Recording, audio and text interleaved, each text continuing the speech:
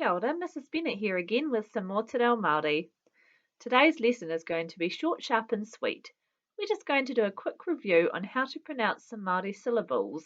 And one of the best ways to do this is to do a review using some place names, particularly the place names in your area. It's really important to know that you are pronouncing the place names correctly. Ka pai?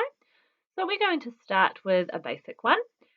We are going to start with taitoko. Let's break that down a little bit. Can you say tai? Awesome. Toko.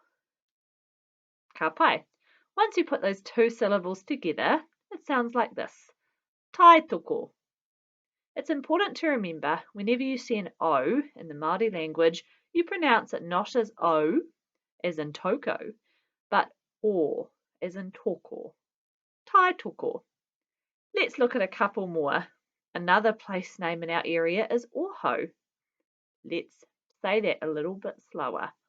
Or ho. Oho. Again, there's that cheeky O. Instead of pronouncing oh how, it's oho. Ka pai. Another one that can be tricky is manako. I'll say that a little bit slower and break it up again. Mana ko. Manako. Tino pai.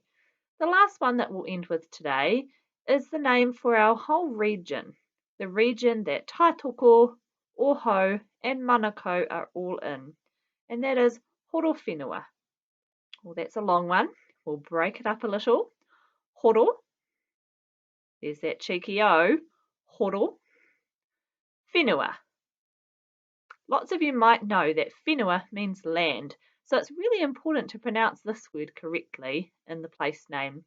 So altogether that's Horowhenua. Tino pai. Have a little practice at saying these place names correctly.